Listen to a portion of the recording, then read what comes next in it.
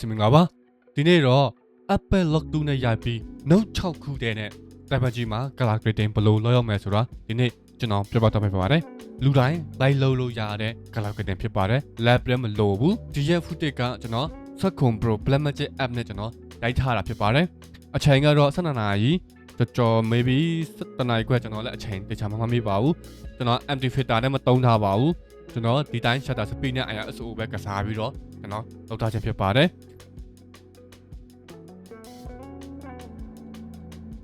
โอเคအခုကျွန်တော်တို့တမန်ကြီးတဲ့ရောက်နေပါပြီတမန်ကြီးတဲ့ရောက်ပြီးတော့ကျွန်တော် color speed မှာအခုကျွန်တော်ပြထားတဲ့ footage က Apple Lock footage ဖြစ်ပါတယ်ကြည့်ဒီမှာ setting ရှိပါတယ်ကျွန်တော်60 frame per second နဲ့ရိုက်ထားပြီး 4K ပြီးတော့ Apple Lock နဲ့ရိုက်ထားဖြစ်ပါတယ်422 okay 10 bit ပေါ့နော်ပထမအဦးဆုံးအနေနဲ့ကျွန်တော် Note 6ခုခွဲပါမယ်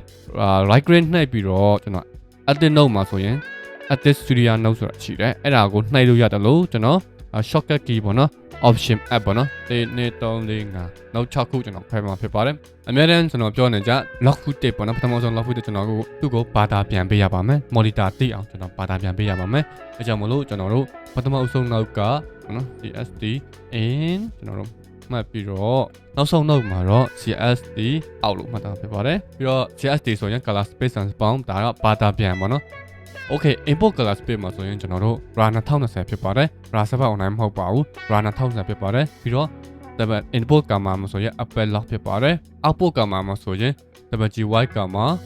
import ကမှာဆိုရင် WG intermediate ပေါ့နော်သုံးမပင်မှာဆိုရင်ကျွန်တော်အကုန်ဒီ aim မှာဆိုအကုန်ပိတ်ထားပါမယ် output color space မှာဆိုရင် input color space မှာဆို WGY ကမှာ output မှာဆို WG intermediate output ကဆိုပြီးကျွန်တော်တို့ဒီရဲ့ monitor တော်တော်များများက RAW server online ဆိုတော့ကျွန်တော် RAW server online ထည့်ပါမယ်ကမှာ 2.2 ပါ 2.4 ထည့်လို့ရ 2.2 ထည့်ရပါတယ်ကျွန်တော် 2.2 ထည့်ပါမယ်ပြီးတော့3 map ပြင်မှာဆိုရင် luminous map ပြင်ကျွန်တော်သုံးပြီးတော့1000အထိကျွန်တော်ပြင်မှာဖြစ်ပါတယ် before after ကြည့်လို့ရတာပေါ့နော်ဒါဆို before after color correction တော့ကျွန်တော်ပြောလို့ရပါအောင်နော်ဘာနာမည်မှဲ့မယ်ဆိုတော့ layer ဘာထည့်မယ်ဆိုတော့ EHP ပေါ့နော် EHP balance contrast ပေါ့နော် lock ဒီကြားမှာပဲကျွန်တော်လောက်တောင်းဖြစ်ပါတယ် color grading လုပ်ရင် CST in အောက်နဲ့ကြားမှာလုပ်ပေးပါဒီရဲ့ footage ကိုကျွန်တော် contract ပြန်ဆဲမှာပေါ့နော်အဲဆိုကြာကကျွန်တော်ထင်တယ်ကျွန်တော်မဆိုဘူးဒါပေမဲ့ကျွန်တော်နည်းနည်းတင်မယ်ကျွန်တော်90အထိတင်မှာပေါ့နော်ဒီရဲ့ highlight ကျွန်တော်တင်ပြီးတော့ contract ကျွန်တော်ဆွဲပါမယ် contract ကဒီမှာပဲကျွန်တော်ဆွဲမယ် okay ဒီ contract ပေါ်လာပြီ exposure ထဲမှာပဲကျွန်တော် highlight နည်းနည်းပြန်ချမယ် shadow ကျွန်တော်နည်းနည်းချမယ်တော့ fine နေပါပြီဒီပါ okay တော့ fine နေပါပြီပြီးတော့မှကျွန်တော်white balance ချိန်ပါမယ် white balance ချိန်ရင်ဒါအစိမ်းကသူပြတာကျွန်တော်တို့လိုချင်တဲ့ဒီရဲ့ skin tone ပေါ့နော်ကျွန်တော်တိတ်မမြင်ရဘူးဆိုရင်ဒီမှာ 2h tone ကိုနှိပ်လိုက်ပါ skin tone ကိုကျွန်တော်ယူပါမယ်ဒီ skin tone ပေါ့နော်ဒီ skin tone ဆိုရင်ကျွန်တော်တို့ချက်ဖို့တော့ပေါ့နော်တက်မှကျွန်တော်ထုတ်တာမှာ skin tone ကိုရင်ချက်ကြည့်မယ် skin tone ကတော်လေးကိုမှန်နေတဲ့မှာပါတာပေါ့နော်ဒါဆိုတော်မှန်တယ်skin tone မှန်တယ်နည်းနည်းပဲလွယ်တယ်ကျွန်တော်နည်းနည်းပဲရွှေ့ရပါမယ်မှန်နဲ့မပါတာပေါ့နော်ဒါရိုက်တဲ့က white balance ကမှန်တယ်ပါပါနည်းနည်းပဲကျွန်တော်ရွှေ့ပါမယ် white balance ကိုပေါ့နော်ကျွန်တော်နည်းနည်းပဲရွှေ့မယ်ရွှေ့လို့ရပါပြီ contract ကိုကျွန်တော်နည်းနည်းချမယ် okay share ကိုကျွန်တော်နည်းနည်းချမယ်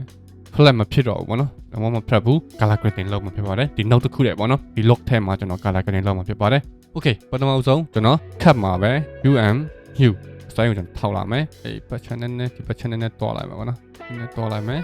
အရင်ညမများနေတယ်ပေါ့နော်နည်းနည်းကျွန်တော်တွားမယ် hue and saturation မှာ okay lock မှာအခုကျွန်တော်လိုချင်တဲ့နေရာကျွန်တော်ရပြီနော် lock မှာ okay ကျွန်တော်ဒီအစိုင်းကိုဒီထက်နည်းနည်း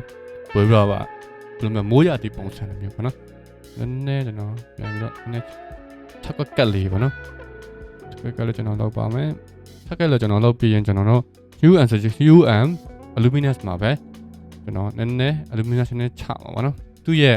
ဒီရဲ့ character skin tone ကိုကျွန်တော်ခိုင်းမှာဖြစ်ပါတယ် character skin tone ဆိုရင်တော့ဒီထဲမှာပေါ့နော် skin ဆိုတာဒီပဲအဲ့ဒါကိုကျွန်တော်နည်းနည်း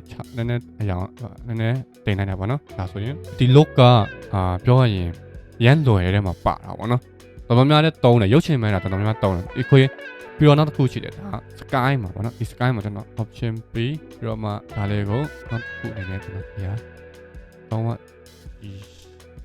ဟာတစ်ခုကျွန်တော်ယူမယ်ပေါ့ဒီဟာဆိုတော့ luminous ပဲကျွန်တော်ယူလိုက်မယ်ဆိုရင်ကျွန်တော်ရအောင်ပြောင်းလို့ရပါတယ်ပြောင်းလို့ရတော့ပြရအောင်ကျွန်တော်ပြောင်းပြပါတယ်ဒါဆိုရင်တော်တော် file နေပြီပေါ့နော်သုံးခုကျွန်တော်ရမှာဖြစ်ပါတယ်ဒီမျိုးတောင်ဒါ lab မလိုပဲနဲ့ကျွန်တော်လုပ်လို့ရတဲ့အနေထားပါဒီနေ့တော့ဒီလောက်ပါပဲတမန်ကြီးနဲ့ပတ်သက်တဲ့ color grading ပတ်သက်တဲ့အရာတွေကိုသိချင်ရင်ကျွန်တော် YouTube channel မှာ subscribe လုပ်ပြီးတော့ကျွန်တော်ရဲ့ page ကိုလည်း like follow လုပ်ကြပါနောက်ကြရင်လည်းကျွန်တော်တမန်ကြီးရဲ့ basic color grading သိချင်ရင်လည်း YouTube channel မှာလာရောက်လေ့လာလို့ရပါတယ်ဒီနေ့တော့ဒီလောက်ပါပဲအားလုံးပဲကံကောင်းချီးမြှောက်ဆုံးနဲ့ဝင်ရပါစေ bye bye